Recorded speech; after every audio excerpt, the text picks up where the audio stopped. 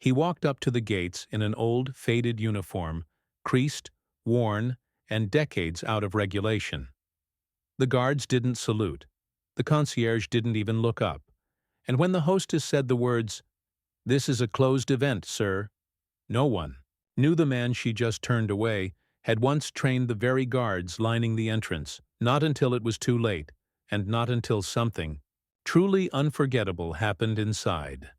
The evening air carried a certain chill, not the kind that bites your skin, but the kind that commands silence. Beneath the ancient arches of St. George's Grand Hall, golden chandeliers flickered above an immaculate marble floor. Banners bearing crests of nations hung from the vaulted ceiling.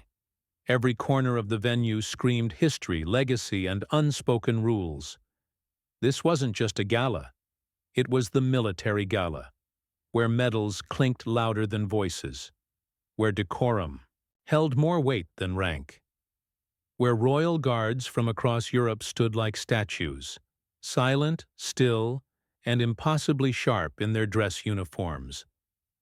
Guests arrived one by one, polished shoes, impeccable salutes, every nod measured, every glance choreographed.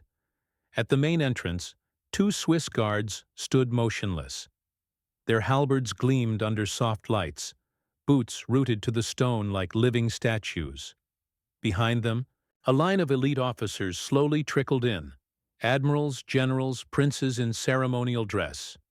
And that's when everything shifted. A figure approached, alone, not in a limousine, not flanked by aides, just an old man. His coat was military, but not of any current order. The color had faded from proud navy to a tired ash blue. His medals, though real, were arranged in a way that suggested he hadn't worn them in years. And his gait? Limping, slow, but with something unusual. Not pride, not defiance. Purpose. He paused at the threshold, looking not at the guards, but up at the banner hanging above the arch. In honor of those who defended in silence. No one recognized him. No one saluted.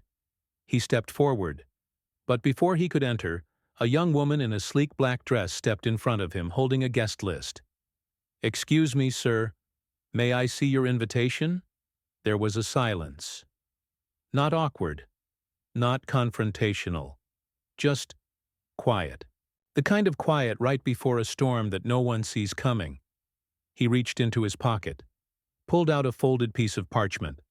Not a formal invitation, just a note. Handwritten. Her smile faded immediately. "I'm sorry," she said curtly, handing it back. "This is a closed event. Veterans were invited selectively. If you're not on the list, you can't enter." The guards didn't move. The guests kept walking. And the man simply nodded. Just once, before stepping aside. But someone was watching. From the second balcony, a Royal Guard officer narrowed his eyes. His posture changed. His hand slowly lowered from a casual rest to a clenched fist, because he had recognized the man. But it was already too late. The gala continued, untouched by the moment outside. Laughter echoed beneath golden domes. Glasses clinked in elegant rhythm. A string quartet played something baroque, the kind of music meant to impress, not inspire. No one inside knew what had just happened at the gate. No one noticed the old man, now seated quietly on the stone ledge outside, hands folded over a hat he hadn't worn in years. But inside something else was brewing. Enter Captain Marcus Leclerc. He was young, too young for the rank he wore, according to some, and far too loud for a room that respected silence. His uniform was spotless, but his swagger carried the subtle arrogance of someone who had earned everything, on paper. French-born, NATO-trained, and a rising star. In diplomatic circles, Marcus had a habit of making sure people knew who he was. And tonight, he had an audience. He strolled past senior officers without saluting, nodded at ambassadors as if they were interns, and even cracked a smirk as he passed 2 Vatican guards with their hands on ceremonial swords. He approached the center of the hall, where a small group of elite officers stood around a display, an illuminated tribute to the silent trainers, a rarely acknowledged group of combat instructors who had helped shape various Royal Guard traditions across Europe, often anonymously. A silver plaque bore a line of etched names, most of them initials only. Marcus squinted, read one slowly. CWH, he scoffed. Mystery men, legends made up by old men who think marching equals combat. One of the older generals turned. Those initials belong to Clarence William Holloway, he said softly. He trained the first Swiss Guard instructors in counter-assault during the 1960s. British-born, fought in 3 wars, decorated in 4 countries, never accepted a medal publicly. Marcus raised an eyebrow. That so? He chuckled, sipping champagne. And I suppose he's watching from heaven, proud of his little fantasy army? The room fell silent. A few guests exchanged glances. Someone cleared their throat. Then, in the back, a voice spoke. Not loud, not confrontational, just calm. He's not in heaven, the voice said. Marcus turned. A Royal Guard officer stood near the balcony stairs, the same one who had been watching the gate minutes ago. The officer stepped forward, eyes locked on Marcus. Because Clarence Holloway is alive. He was here tonight, at the front gate. And you, he pointed without a blink, just dismissed the man who trained the very guards you smirked at. Marcus's face twitched. Just slightly. You're joking. But the officer didn't blink. No one laughed. The air inside the grand hall shifted, not visibly, not instantly. But something unspoken had changed. Like the room had turned in on itself, elegance cracking under the weight of disrespect. The quartet in the corner kept playing, but now every note felt like it landed in the wrong place. Marcus Leclerc stared at the officer who had spoken. You expect me to believe, he said, dragging each word, that some forgotten relic, too old to stand, let alone fight, trained these men. He gestured flippantly toward the Royal Guards lining the perimeter. Look at them, he said. Perfect. Posture, maybe. But you think one old ghost taught them how to protect kings? Please. A few guests shifted uncomfortably, and then he took it a step further. He approached the nearest guard, a tall Swiss guardsman with the unmistakable blue, red, and yellow Renaissance uniform. The halberd was planted before him, eyes locked ahead, in complete stillness. Marcus leaned in, inches from the young man's ear. Tell me, he whispered, how much do they pay you to dress like a Shakespeare extra and stare at walls? No response. He smiled smugly and poked the guard's shoulder with 2 fingers. The sound it made, flesh on fabric, echoed louder than it should have. Still no response.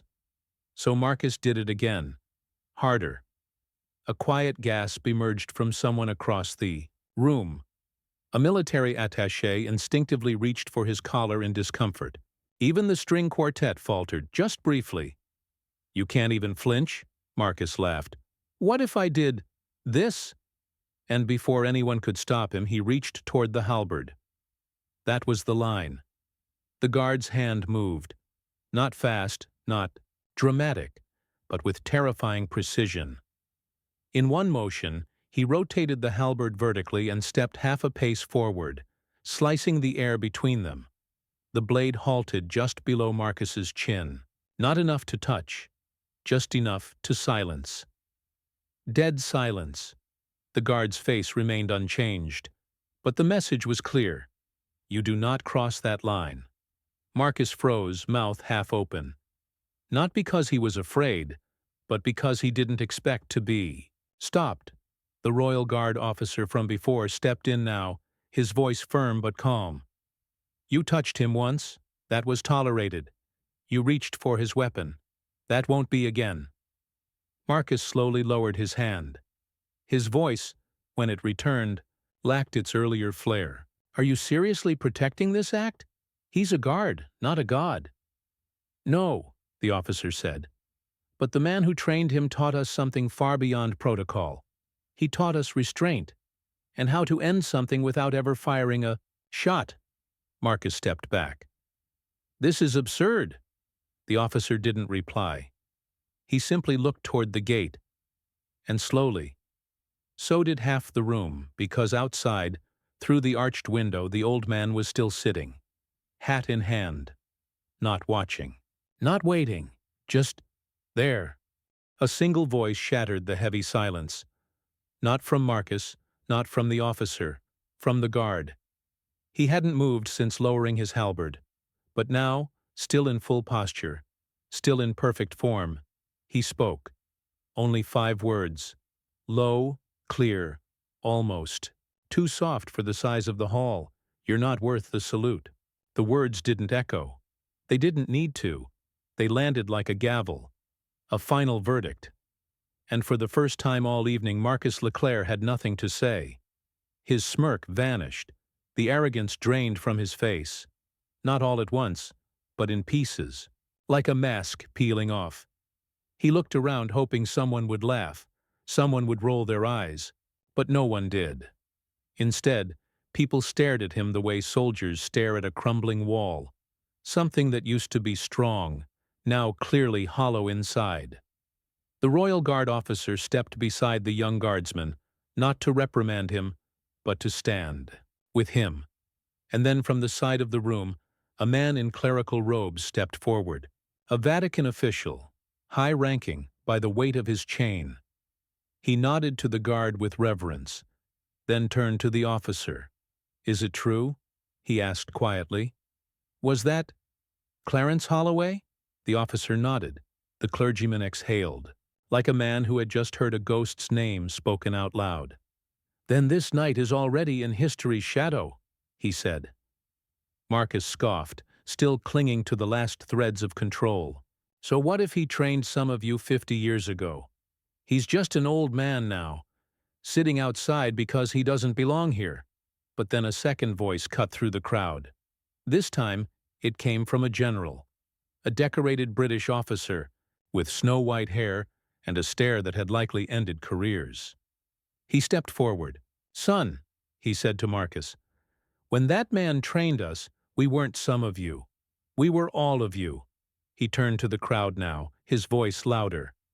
"Raise your hand if Clarence Holloway trained you, personally or through his doctrine."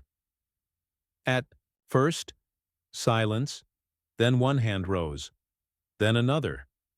An Italian colonel, a Spanish ceremonial instructor, even the Swiss Guard commander raised his gloved hand. In total, 17 hands in the room. 17 of the most decorated officers in the building. Marcus stood in the middle of them all, no longer a rising star, but a man suddenly dwarfed by the shadows of legends he never saw coming. And all the while, Clarence Holloway hadn't moved an inch outside. He just sat there, as if he knew all along. This moment wasn't his to steal. It was no longer a gala, it was a reckoning. A room once filled with polite diplomacy and polished egos had shifted into something sacred. As if history had pulled up a chair and was now sitting at every table, listening. And still, outside the grand archway, beneath the pale Vatican lamps, sat the old man in the worn brown coat, Clarence William Holloway, motionless, silent. But finally someone walked out to him. It wasn't a soldier. It was the Vatican official, the same robed man who'd stepped forward earlier. He approached Clarence slowly, respectfully, as if nearing a monument. Not a man. "Clarence?" he said softly. The old man looked up. There was no need for introduction. The two had clearly met before. Decades ago, perhaps. Their silence said more than any salute. "You were turned away," the official continued. "By someone who didn't know who you were." Clarence smiled faintly. "They knew exactly who I was," he said. "An old man without an invitation." The clergyman knelt slightly. "And still more decorated than anyone inside." Clarence didn't respond right away. He simply looked out toward the courtyard, as if watching ghosts walk through the columns. "You know what the problem is with medals?" he said after a pause. "They shine so bright, people forget the blood underneath." The official nodded slowly. But Clarence's voice grew firmer, not louder, just sharper, like an old blade, still, dangerous. "I trained soldiers to stand still when provoked, to move only when it mattered, to never act for applause, only for necessity. And what do we reward now? The loudest, the fastest, the ones who look best in a press photo." He turned his head toward the grand hall. "Tell me," he asked, "how many of them in there would still guard a doorway if no one ever said, 'Thank you'?" The clergyman said nothing, because the question wasn't meant to be answered. Back inside, the momentum shifted once more. The young royal guard who had spoken earlier now stepped forward, his voice carrying not with anger, but with purpose. "Do you know how we learn combat discipline?" he asked the room. "Not just stances, not just drills, but restraint, the kind that keeps your finger off the trigger even when your pride is burning?" He held up a worn leather field manual. The pages were fragile, yellowed. This was handwritten, passed from one guard to another. Only the first page has a name. He flipped it open. C.W. Holloway. The crowd stilled. No more whispers. No more sideways glances. And then came the twist no one expected. The British general from before cleared his throat and spoke once more. "There's something else you should all know," he said. "Something that was buried in archives, sealed under national security for nearly 40 years. He paused. Clarence Holloway didn't just train ceremonial guards. He was the last field commander in Operation Kestrel, the covert rescue mission that extracted 3 European royals from behind enemy lines in 1972. Gasps rippled across the room. Kestrel was considered a myth, someone whispered. "It wasn't," the general replied. "And it only succeeded because Clarence disobeyed orders. He did what no one else had the nerve to do, and then he disappeared before the press could ever make him a hero." He looked toward the window now, where Clarence still sat, completely unaware, or perfectly aware, that the story had finally caught up with him. "He's not just a trainer," the general said. "He's the reason some of us are still alive. There's a certain silence that only comes after truth. Not the kind of truth you debate on a panel or fold into a speech. The kind that walks into a room and changes how you see everyone in it." Marcus Leclerc now stood alone. Not physically. There were still people on either side of him, but they might as well have been miles away. No one looked at him. No one stood beside him. Even his commanding officer had taken a deliberate step back. He tried to laugh. A hollow chuckle, like someone trying to brush off an avalanche. "So that's it?" he said aloud, eyes darting around.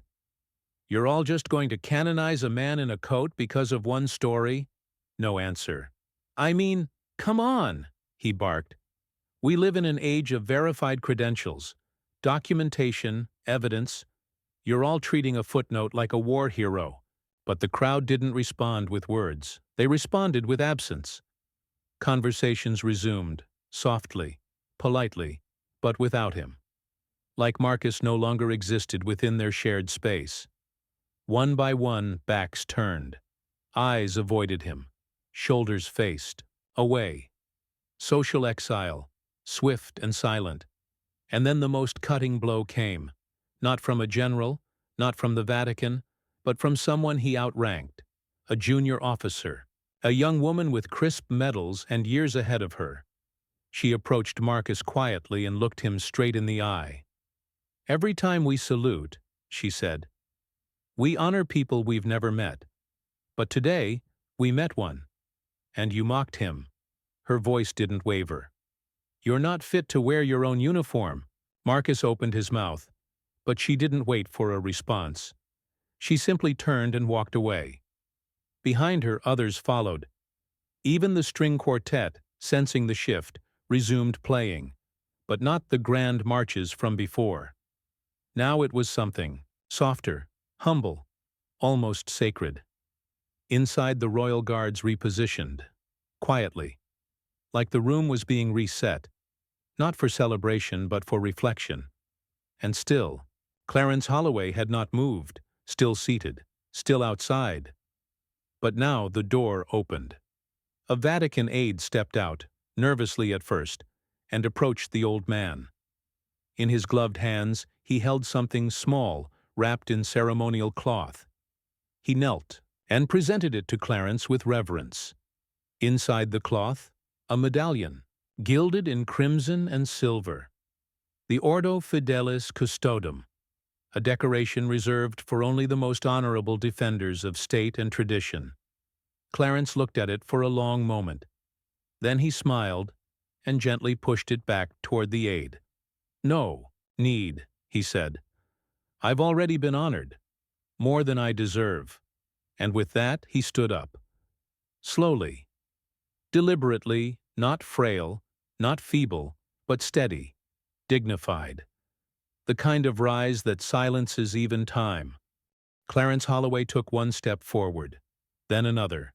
Each footfall was soft, but it echoed. Not through stone or marble, but through memory. Through the collective realization of everyone inside that they had been in the presence of something rare, something real, and had nearly let it pass them by. He walked alone toward the grand entrance of the gala. No escort, no spotlight. And yet every man and woman inside the hall turned, one by one, drawn not by announcement, but by instinct. The same instinct soldiers feel when a superior officer enters the room, the same hush that falls when a legend becomes real. As Clarence passed the threshold, a young Swiss guard stood to the side, halberd in ceremonial grip. He didn't speak, but in one fluid motion, he brought the weapon vertically across his chest and bowed his head. A salute. Others followed. The Spanish officer, the Italian colonel, the British general. Not in unison, not rehearsed, just one by one, as if each had made the decision at the exact same moment their heart understood. Even the string quartet stopped. No cue, no signal, just silence. The kind of silence that holds more weight than applause ever could. Clarence didn't look left or right. He didn't bask in the attention. He simply walked forward, eyes ahead, as if nothing about the night had changed, but everything had. The crowd parted naturally, instinctively, not out of obligation, but out of awe. And in the far corner of the hall, standing completely still, was the young royal guard who had spoken earlier. He stepped aside as Clarence approached, but the old man paused beside him. Just a brief moment. "You stood still when it mattered," Clarence said quietly. "That's all a guard ever needs to do." The young soldier didn't respond. He just straightened his spine and nodded. Clarence placed a hand, just briefly, on the young man's shoulder, then continued walking. No medal, no speech, no fanfare, just one man walking with quiet purpose into a room that finally saw him as he was. Not a forgotten trainer, not a relic, but the very standard they were all supposed to live up to. As Clarence reached the center of the hall, he didn't stop. He didn't look for a seat. He wasn't here to take part in the ceremony. He was the ceremony, the essence of everything they claimed to celebrate, and yet in the end he did what he had done his whole life. He found a quiet spot, near a column, away from the crowd, and stood, just stood, not demanding attention, not basking in it, simply present. Present like the men he once trained to guard palaces without ever being noticed. Present like the silence before a national anthem. Present like the last man standing after the last war is done. And slowly the music returned. But now, it was different. No longer a gala, no longer pomp. It had become reverence. A quiet, collective reverence. For someone who had lived by a code too inconvenient for modern applause. Not because he wanted to be ignored, but because he never needed to be seen. Across the room, one of the senior guards whispered, something to a visiting diplomat. He trained us to protect the ones who make history. But no one ever told us he was history. Outside, the city lights of Rome flickered faintly against the night sky. Tourists snapped photos of the Vatican walls, unaware of what had just happened inside. And Clarence? He stood, still, calm, unmoved. As he always had, because respect is not demanded, it's earned, often in silence. Some men wear medals. Others train the ones who deserve them. You may forget their names, but their discipline becomes legacy. Respect isn't demanded. It's earned, often in silence.